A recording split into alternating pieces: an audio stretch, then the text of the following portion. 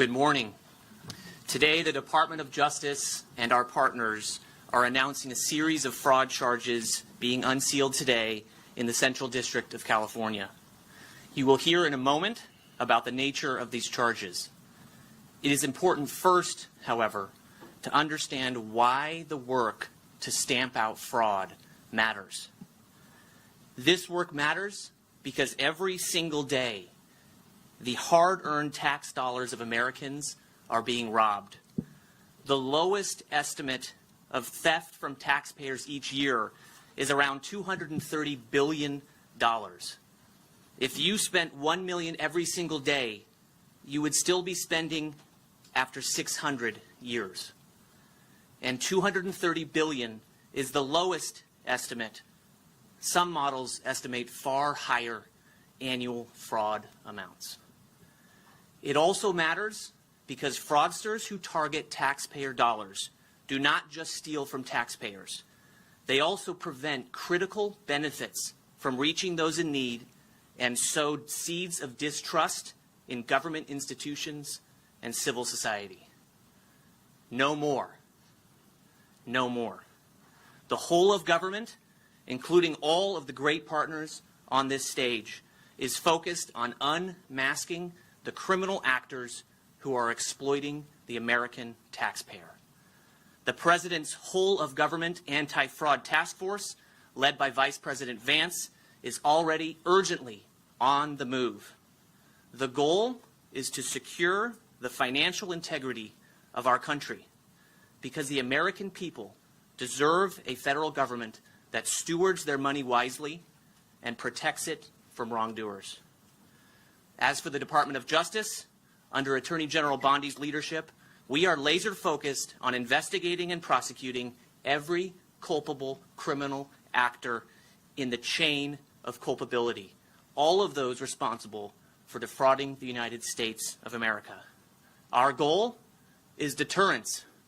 Stop the lies, stop the dishonesty, stop the theft. If you don't, we will be coming, because no one should be allowed to rip off the United States of America. With that, let me introduce the First Assistant United States Attorney for the Central District of California, Bill Assaley, to highlight the enforcement actions from today. Thank you. Good morning, everybody. It's been a busy morning here. Once again, I'm Bill Assaley. I'm the First Assistant U.S. Attorney for this office. Last month, President Trump appointed Vice President Vance to lead the White House task force to eliminate fraud. Just yesterday, Vice President sworn in Colin McDonald to be our new Assistant Attorney General for National Fraud Enforcement. We're excited to work with him, and I know that I speaking regularly with Attorney General Bondi. Nothing is more important right now than rooting out the corruption and fraud that's happening with the tax dollars, not only in the United States, but particularly here in the state of California. And that's what we're going to focus on today. This morning, we executed Operation Never Say Die. Federal agents from multiple agencies descended on fraudsters throughout Southern California, executing multiple arrests and search warrants. We arrested 8 defendants, including medical providers such as nurses and doctors. We are announcing charges against 15 separate individuals who engaged in healthcare fraud, resulting in losses close to $60 million. The individuals targeted this morning were committing a variety of healthcare frauds in the greater Los Angeles County area, including operating fraudulent hospice care facilities. You're going to hear a lot about that this morning. Medicare reimbursed these companies for services that were intended to go to patients dying from a terminal illness. Instead, as the complaints and the indictments charge in what's been unsealed today, these defendants recruited beneficiaries who were not terminally ill and paid them to pose as patients receiving hospice care. Medicare then paid millions of dollars, hundreds of millions of dollars, on false and fraudulent claims submitted by fraudsters. This happens often way too much, particularly here in LA County. And again, the losses for the hospice fraud we are staggering. I think Dr. Oz will have some numbers for you. For example, let's talk about one of the defendants that was arrested this morning. Lolita Minard, a 65-year-old woman in Anaheim. She ran a company named Topanga Hospice Care. She billed Medicare for more than $9.1 million over a 5-year period for the care of supposedly terminally ill patients. This company had a death discharge rate of 85%. When you go to hospice, you're going there to die. You're not supposed to have an 85 survival rate coming out of your hospice facility. That is 5 times more than the national average of 17%. So you want to know how these schemes work. I'll tell you how she did it. One of the beneficiaries are the people whose names are being listed as the patients at the hospice. One of the beneficiary couples we spoke to said that she approached them at a market, or that they were approached at a grocery store about signing up for her hospice care. Menard and 3 other Topanga employees visited these individuals at their home and promised them if they signed up, everything would be free, and that they would each receive $300 in cash per month. The money was delivered in an envelope, again in cash, so this couple got $600 a month to allow her to use their names on these fraudulent invoices that are then sent over to Medicare. Neither of them had a terminal illness, and they received things such as nutritional shakes, non-prescription vitamins, and wheelchairs on top of their $300 per month. Again, Medicare paid more than $8.5 million on this defendant's fraudulent claims. That's just one example, and that's the story of how these hospice frauds occur.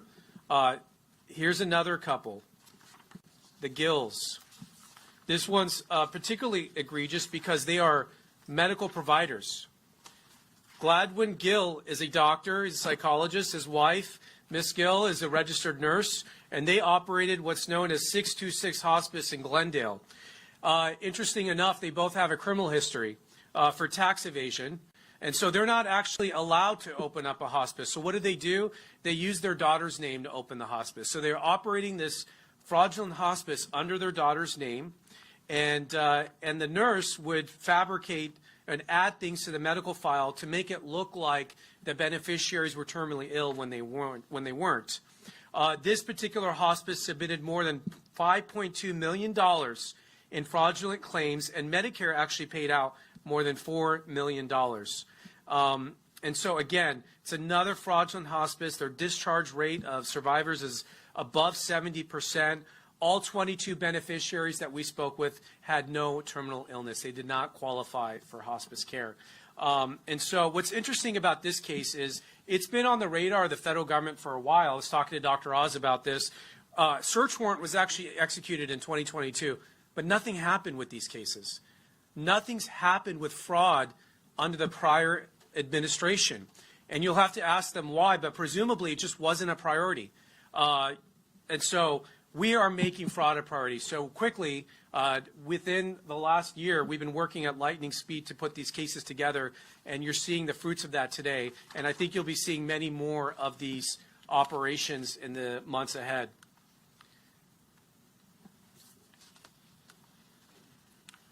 And then this was another couple that was arrested this morning. This couple tells a slightly different story. Let's see here. Nita Palma, 76 years old, 3-time convicted healthcare fraudster who's actually in federal prison. She's charged in a new case because she perpetuated a new hospice fraud while she's in prison. That is how egregious and bold some of these fraudsters are. She's charged with opening and running a hospice care company with her husband in Glendale. She did so despite being legally barred from running a hospice facility and being a convicted felon.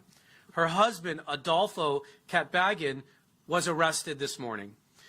And they both face decades in prison for their role in this scheme. Together, they submitted over a 20-month span of invoices for $4.8 million in fraudulent hospice care claims. They received $4.2 million from Medicare. So again, I just want to highlight a few examples of the people that were arrested this morning. Look, this is not just a fraud problem. This is a California problem. We want to be very frank about this. The federal government is the purse. All the money comes from the federal government, but it's administered through the states. California is responsible for issuing hospice licenses.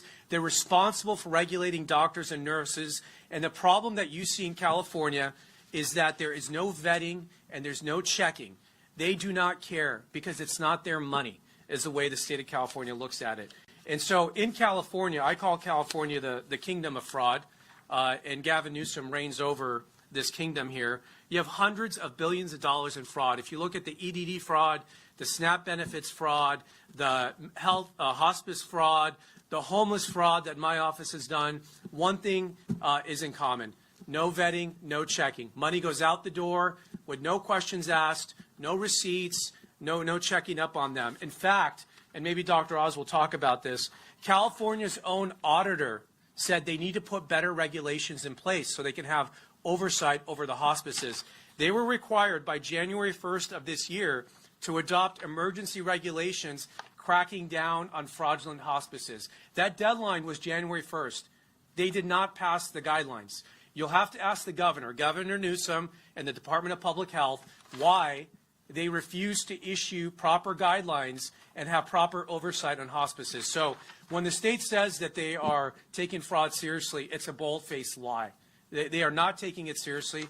They are not passing the regulations, and they are not sending people to prison. And that's what we're doing here today with this task force. We're providing the oversight that's been missing from California for a very long time. All right, with that, I want to invite Dr. Oz to come up and say a few words. Thank you, Dr. Oz. Thanks, Billy. So I spent the morning together with a SWAT team that met at 5 a.m. and went after, in our case, the Gills at 6 a.m. with a carefully choreographed effort to shut down fraudsters who have been at it for an earliest recollection from law enforcement around 2018, indictments in 2022. And I want to applaud the U.S. Attorney, Billy Asalian, the entire team here, and Colin for leading this task force, because what you're witnessing right now is a seismic shift in how the Trump administration is going to change what was going on in the prior Biden administration. And we spoke to Vice President Vance this morning. There was a task force meeting. The first one was last week. As you all know, we had a press conference the day after the State of the Union when he was announced to be leading the task force to announce actions by CMS, which included deferring of payments to Minnesota and a nationwide moratorium on durable medical equipment. However, hospice in Southern California is an entire different level of fraud. And these law enforcement leaders and the brave men and women that I was able to witness this morning go after these criminals are doing God's work, and they're going to be able to do it more effectively because there's been a demand made by the president and the vice president that is an all-of-government effort. All of us have to talk to each other, which means CMS, which runs insurance, Medicare, Medicaid, CHIP, the ACA, Affordable Care Act, Obamacare, all the insurance public elements need to communicate very swiftly with law enforcement, with Treasury, with everybody else whose fingerprints might actually be helpful in figuring out the problems. Now, the accused criminals in this case, as Billy mentioned, are a doctor and a nurse. Shameful that licensed professionals will be involved in this. And we've talked about the monetary costs, and I will focus on those as well, but the human cost should not be forgotten. If you're willing to steal money from the American people, from patients, you're willing to sacrifice their health, and you're willing to give up their lives. And we have witnessed that with multiple individuals who have come forward now that they feel like it's safe to go up and stand up and be held for what they have witnessed in their lives. The affordability crisis that was highlighted by Colin is a real $100 billion minimum just in health care from Medicare and Medicaid is our estimate. The Medicare Trust Fund, the fund that will make sure Medicare is there for you if you're watching right now. All of you are working your tails off, hoping Medicare will be with you. We would double the life expectancy of the Medicare Trust Fund if we could cut out the fraud, waste, and abuse in Medicare alone. Working families across America would benefit from having more money to pay towards all the things that can sometimes plague your family, and your health is your most valuable thing. For, folks who are sick only want one thing in the world, to get their health back. And that's what we're going to give them by making sure the money is in the system to pay for them. California Hospice, to give you some hard numbers, 1,800 hospices in California. Is that the right number? Where nationwide we have just over 6,000 hospices. So why would almost 1/3 of all the hospices in the whole country be in Los Angeles County? I'm not talking about all of California, just right here. And the U.S. Attorney is absolutely right. That is, you should be incredulous. We are, and we're going after these folks. We believe half of them are fraudulent. Half of the 1,800 hospices should not be in business if we are able to identify the red flags, and that's what we're basing these numbers on. These are not random assumptions. World experts at CMS say if you've got 100% or near survival, certainly if you've got a survival over 50% for a population that's supposed to pass in 6 months, you've got a problem. If you're clustered in the same buildings as other crooks, if you're sharing employee numbers and license numbers, if you've got a small number of people, less than 50 members, you do that because you can hide what's really going on when they're small because you don't have reporting obligations. J-1 visa holders, there are lots of things going on in California that just are not rational, and we're going to take them out. These defendants that you heard about, there were 7 hospices. I want to pat them on the back. The entire first 4 years of really looking at this issue since 2021, when the report came out from the Auditor General here in California, the entire first 4 years, there were 4 hospices that were revoked. 4 hospices. 7 of them were, with criminal charges today. So you see a dramatic and appropriate shift. There are other people involved that the U.S. Attorney is going after. Fariba Javarian, probably read about last night, had her billing privileges revoked by CMS yesterday. She had generated $127 million of billing. And for some reason, although everyone knew that there was a problem there, her 113 agencies that she worked with, 113 agencies, one doctor is working with, had built over the last 3 years $127 million. CMS is going to suspend payments to stop money from leaving the U.S. That's our goal. We're going to review every single hospice in California. Announcement today, because I want to throw the gauntlet down for Governor Newsom. In barking how bad our issue it was in 2021, he responds by saying that he's been responsible for taking out 280 of these hospices. In the 10 weeks since we first were together in front of you, in the 10 weeks, we have taken out 221 hospices already. 221. We will surpass the governor's achievements in the first 4 years within the month, we believe. And so we need to get serious, and we don't see that happening in California. The ecosystem is rotten. We've uncovered lots of other derivatives that happen when you don't take care of this fraud in the way it needs to be done. And I'll give you a good example. Your neighbors in Nevada are suffering because the fraudsters here are now going there, and they have a 7-fold increase in hospice because when people get a little chilled in California, they head there. So how are we going to do this? And all the government approaches you've heard. If you're defrauding Medicare, listen carefully, if you're defrauding Medicare, start running because we are coming for you. Don't walk, run away.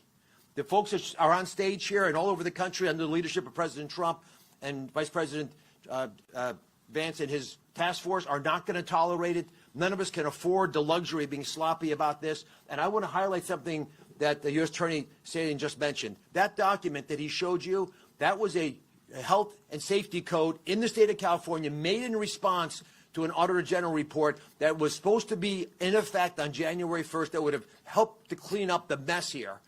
For some reason that I don't understand and no one has been able to explain to me, on December 19th, 11 days before it's supposed to take effect, it was withdrawn. I'd like someone in Sacramento to explain why that happened. Why is the state of California not willing to help deal with the theft of federal tax dollars? Because although we pay 2/3 of the bill, the taxpayers in California pay the other third. Why wouldn't you want to help? For Medicaid and for hospice, of course, it's all on our back. It doesn't make it any better. God bless you. Thanks for your work. Thank you, Dr. Oz. All right, thank you, Akil. Good morning. My name's Akil Davis. I'm the Assistant Director in charge of the FBI's Los Angeles field office. As you've heard already, early this morning, the FBI and many of our partners up here served a series of arrest warrants throughout the Southland, covering cities such as Covina, Anaheim, Glendale, Lakewood, and even as far away as Coeur d'Alene, Idaho, as part of Operation Never Say Die.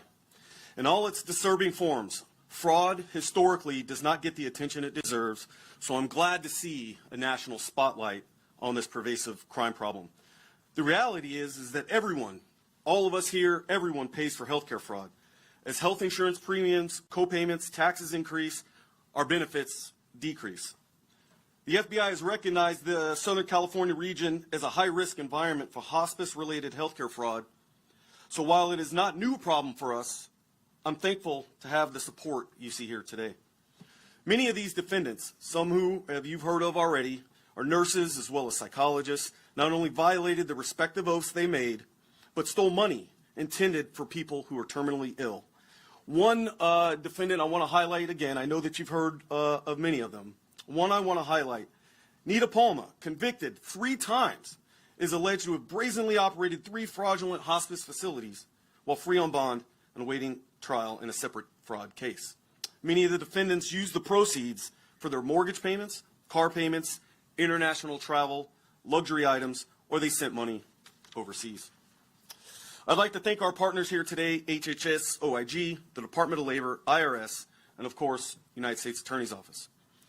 If you are aware of anyone soliciting you or others to participate in healthcare fraud or being offered cash payments in order to use a name, address, and a false claim, please call your nearest FBI office. You can reach us at 1-800-CALL-FBI or tips.fbi.gov. Now I'd like to turn it over to SAC of HHS OIG, Rob Breeden.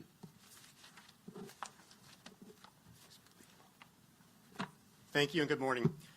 Our investigators at HHS OIG and our analysts work tirelessly to expose wrongdoing and protect the Medicare program and its enrollees. I'd like to thank them for the service and recognize them for their efforts. I'd also like to thank CMS Administrator Dr. Oz for bringing national attention to this problem, and the U.S. Attorney's Office, Mr. Asali, for fully backing our efforts. As demonstrated today, we will continue working with our law enforcement partners to pursue aggressively anyone who unlawfully profits from federal health care programs. Thank you.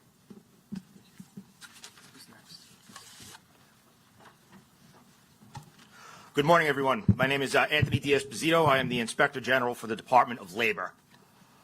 There is no question that fraud is a tax on the American people. And I think one thing that hasn't been mentioned this morning is the fact that many of the law enforcement agencies up here, including inspectors general offices throughout the United States of America, have consistently investigated fraud. The difference today is that we have leaders. We have common sense leaders like our U.S. Attorney, like Colin McDonald, like Dr. Oz, like Vice President Vance and President Trump, who have clearly stated that no fraud is too small and that we will hunt, we will prosecute, and we will put those taking advantage of the American people behind bars. And there is no question that in places like here in California, in my home state of New York, in Minnesota and Illinois, failed leadership and broken or no guardrails has led to individuals taking advantage of these resources. One of the things you hear over and over again from our partners is the fact that these people have been convicted over and over again. It is a revolving door of justice. But now we have leaders who are willing to listen to law enforcement professionals, who want to prosecute these cases and want to hold people accountable. That's what the American people should want. It shouldn't be a Republican or Democrat issue. This is an American issue. And the fact that President Trump has made it very clear that the war on fraud is paramount should tell all Americans what he believes in. I want to thank everyone who participated today, and I especially want to thank the team from the Department of Labor Inspector General's office. They was out this morning in hunt of 2 perpetrators, arrested 1 who not only took advantage of health insurance resources, but also violated the trust and took money from labor unions for well over $10 million. A job well done to everyone here. And to everyone that is listening at home, remember, as everyone has said, if you are committing fraud, if you are taking advantage of the American people, sleep with one eye open, because we are investigating and we are coming for you. I think HSI is next. Good morning. My name is Dwayne Angebrand. I'm a Deputy Special Agent in charge for HSI Los Angeles. And I'm here to talk about electronic benefit transfer benefits and fraud that happens in the EBT space. Since 2002, we've been investigating fraudulent activity in transnational criminal organizations that are perpetrating this fraud throughout the community. In basic principle, these individuals place skimming devices on credit card machines within the community, stealing the data off those cards, creating cloned cards, and at the beginning of the month, when the EBT benefits are deposited, they steal those funds from the beneficiaries. Over the past 4 years, $310 million has been stolen from recipients of SNAP in the community. This is a problem that is perpetrated because while fellow law enforcement and law enforcement community in general have pleaded with the state of California to put effective measures in place to protect these cards, the measures that have been put in place are ineffective, and the fraud continues today. This morning, we arrested 3 individuals and seized multiple phones, over 100 cloned cards, as well as cash that they withdrew from accounts. Over the last year, we've arrested 49 individuals. 42 of those are foreign nationals, mostly from Romania. The Romanian culture seeks this area. They seek out loopholes in the laws, loopholes in benefit structure, and they exploit them. And until the state of California can shore up those loopholes, this fraud will continue. I want to thank our partners in this investigation from the U.S. Secret Service, Health and Human Services Office of the Inspector General, U.S. Attorney's Office, and our local partners. That includes Los Angeles Sheriff's Department, Los Angeles Police Department, Covina PD, El Segundo PD, Hermosa Beach PD, Irwindale PD, and Torrance PD. Thank you. Is that everyone? All right, thank you, everyone. So basically, the big picture is the party's over, at least in the state of California. So the gravy train's over, the party's over, and we're coming for fraudsters. The magnitude of the problem is so immense, it's large. We have to put all our research together and figure out how we're going to tackle the worst of the worst and how we're going to shut down the fraud from beginning in the first place. With that, we'll take a few questions. Yes, sir. Mr. Asali, I'm Ross Palomo from CBS LA. You're aware that CBS News did an investigation identifying more than 700 of these potentially fraudulent hospice locations. We've also done an investigation on more than 800 fraudulent businesses established using legal immigrant identities, but then registered through the state of California to make them appear to be more legitimate. The governor will not speak about that. The Secretary of State will not comment on any safeguards in place to prevent this from happening. What are your thoughts about the state's role in that crime, and what can you do about that? One thing I want to be clear, this is the beginning, not the end. You're going to see more of these charges, more arrests, more of the takedowns. You're going to see them clustered every other month or so. So this is not the beginning, this is the end. We have many, many, many open, active criminal investigations. I'm not going to talk about any specific case, but what you're talking about is exactly what we highlighted. California has totally given up its responsibility to make sure that fraud isn't happening in its territory. So you're right, California is basically enabling the fraudsters by handing them the keys to the Medicare piggy bank. Because when California hands someone a hospice license, that allows them to access the Medicare system and to build a Medicare system. Without that, this fraud could not occur. So why California does not want to clamp down on how it conducts oversight, I can't tell you why. They were supposed to pass regulations to address just that. Again, January 1st, they failed to do that. So there's a reason I call Gavin Newsom the king of fraud, because he reigns over more fraud than I think we've seen in the history of the United States of America. Hundreds of billions of dollars of fraud have gone out the door under his reign as the king of fraud. So I don't really know why he does what he does, but that's what he's doing. Will you now look into this fraud that we've uncovered? We have many, many active criminal investigations. I think we had a tip line. Did we put it out? 1-800-CALL-FBI. If you have information, send it to them. We are looking at, again, many, many investigations. I won't talk about anything coming up in the pipe. Yes, Joe. All right, so there's a mention that there were some Romanian nationals arrested. How many of those arrested are from other countries? Yeah. Also, how many have been arrested, and should anybody in the state be held accountable for this? So a couple things, and thanks for asking. What HSI talked about, the SNAP benefits fraud, those arrests are separate and apart from this operation today. So those arrests today are in addition to the folks that we were discussing in the hospice fraud. That is the SNAP benefits, the food stamps that are being drained from people who need them by fraudsters. And the reason they're being drained is because the state, again, has failed to put in basic security measures so people cannot skim the EBT cards, duplicate them, clone them, and take the money from people's accounts. And before, the state hasn't really cared, because if you got defrauded, the federal government would just replenish the funds and you get your money. But those days are over. And so California needs to do better. As far as that group of defendants, they are of Romanian descent. The folks today were primarily of South Asian descent, I believe. There were two, at least, foreign nationals, one from the Philippines, one from North Korea. So again, there is no one foreign national group that has a monopoly on fraud. We see this in different foreign communities. Yeah. We have provided a hotline, and Victor with Univision, you are providing a hotline and are inviting people to report these type of crimes. Yes. Most of them are taking advantage of immigrants, whether legal or illegal. Yes. What would be the message to those immigrants that might be afraid to contact federal authorities in lieu of these rates in the past? I will tell you, when it comes to immigration enforcement, we do target violent and criminal illegal immigrants. That is the focus of our immigration enforcement. However, anyone who's here unlawfully is subject to our laws until Congress changes that. So we do want to hear from victims. I mean, do you have anything to add on that? Or from the FBI you standpoint? can remain anonymous, tips.fbi.gov, to those immigrant communities that are fearful of that. We need to know about all of these frauds so that we can appropriately address them and investigate them. Yeah.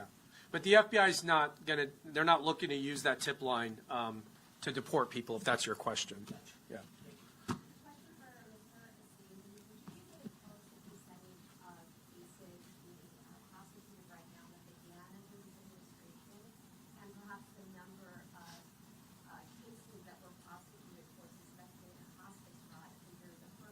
Yeah. I don't have the numbers from our numbers didn't go back that far. What I can tell you is under the prior administration, I think we found 4 cases, hospice cases of fraud in this charges. In the last 4 years, 4 cases of hospice were prosecuted. But you're asking a question about the first Trump administration. A lot of what happened during hospice fraud really started to take off during COVID. Several things happened at once. People working outside the workplace, easier to game systems, but we also taught an entire generation of fraudsters that the government was an easy target with some of the lax regulations around the money that was doled out during COVID. Now, it was an emergency. We understand and can look back in time and criticize it, but we definitely made mistakes in passing money out, and some of the individuals that were arrested today may have been involved in some of those scams as well. But once you give people a taste of fraud, and if there's a government that's not enforcing its own rules, they'll come back for more and more and more. And we're seeing that across healthcare. And just to follow up on the question about foreign nationals, there are many foreign national groups involved in fraud across America. The problem with the durable medical equipment suppliers in South Florida, where we have twice as many of these suppliers as McDonald's, is primarily a Cuban population. They do flee back to Cuba when they're chased. We have a problem with Chinese government involvement, we believe, in Flushing, New York, and some of these social adult daycare center problems that they're having there. We have other fraudulent groups here in California. You know about the Somalis in Minnesota. So we have Russian gangsters in Philadelphia. There are foreign governments that are targeting the soft underbelly of the U.S. social safety care system. We're a loving people. All great people protect their most vulnerable. Because we're a great nation, we'll do that as well. Other people are taking advantage of us. And if they're not foreign nationals, they at least don't have our values, because they're willing to steal from our most vulnerable. And again, if you're willing to steal people's money, you will steal their health. You won't even think about it. Mr. Saley, you mentioned a search warrant was executed in 2022, and then little happened between then and now. Can you explain more about why that happened? Yeah. Yeah, it's really simple. It comes down to one word. That's leadership. Leadership matters. And so when you have, the president, the vice president have said, focus on fraud, then we reorient our resources to do that. So unfortunately, I can't tell you why, but under the prior administration, fraud was not the focus. Government fraud was not a priority. So the case just sort of languished. I know, is Rob Rob is here. I mean, you've been with HHS OIG a long time. Have you ever seen this much work in this space? You know, I can tell you cases have their own personality. They progress at their own speed. Every case is unique, so I can't comment on one case versus the next case. I can tell you we're vigilant. If we see something going on, we act. We don't hesitate. But you don't always see that from the public side. But behind the scenes, we are acting on every tip we receive. Yes. Chief Rustigate with Fox News here in Los Angeles, Fox 11 News. Yeah. I don't know if you want to comment on this. We're just getting word and we're live with the president letting Pam Bondi go, effectively firing her. Would you like to comment on that? I don't know anything about that. Sorry, but I've been up here with you. Yes, Joe. Yes, but sir, you mentioned her in the press conference earlier. Is Yes. it a blow to you that now she's I don't know anything about it. I'm not going to comment on anything the president may or may not have just done. So, yes. Are any of these arrests connected to that area in Van Nuys where Dr. Oz filmed video saying it was a hotbed for fraud? This particular group of defendants is not. That is not that location.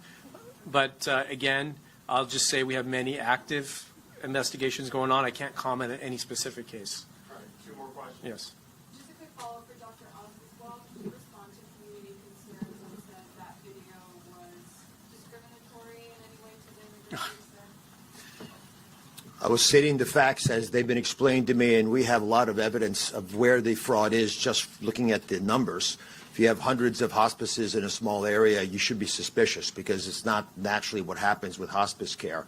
And we're going to pursue the law and try to do the best as we should to make sure the American people are protected. But even more so from my perspective as a doctor, the folks are protected with regard to their health, because some of these systems are not designed to take care of human beings. And if you saw some of the horror stories where we deal with every single day, folks, pushed in the hospice erroneously, they give up their real insurance. They lose Medicare when they go to hospice. So they no longer have coverage. So there are lots of victims to these crimes. Last question, Joe.